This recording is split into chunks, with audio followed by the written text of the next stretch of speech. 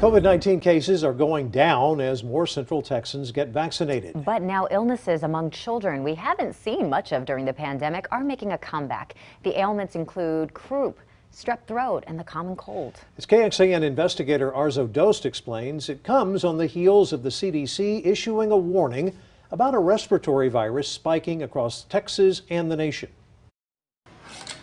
What you making? Charlotte Bidwell is back to playing. In May, the 18-month-old was diagnosed with hand, foot, and mouth disease. Started to notice that she was kind of drooling and not really wanting to eat very well, and complaining when she was eating. And then we started to notice a few spots on her hands and feet and around her mouth. Her parents say they took her to an urgent care in Austin. She had a fever for one afternoon, and so it's always in the back of your mind when there's a fever, but definitely wanted to cross off COVID. So there could be some overlap. I think we just kind of have to take it case by case. Dr. Lisa Gaw with Texas Children's Urgent Care says she's treating more children who have a fever, sore throat, coughing, and rashes.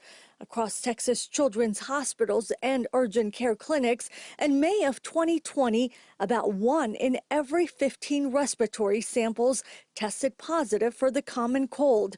A year later, compare that to last month, it's 5 out of every 15 samples. Notably missing from my list is influenza. We didn't see much flu, which is great.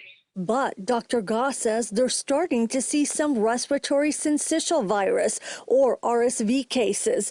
It's the most common cause of pneumonia in children younger than 1.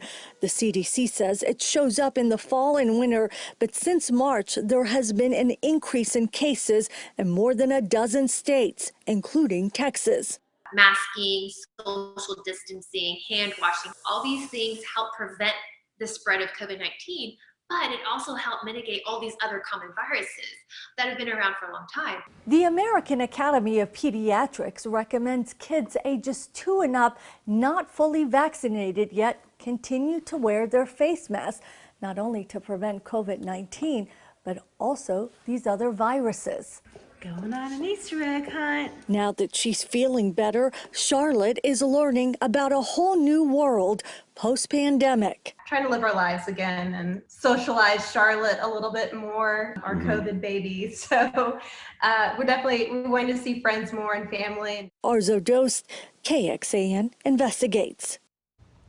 Cute little baby there. Dr. Goss says this is really a good time to catch up on vaccines, especially if well-child visits were missed during the pandemic. She says even if you think it's a common cold, you should just touch base with your pediatrician to make sure it's not COVID or anything more serious. She says red flags include fever and trouble breathing like wheezing.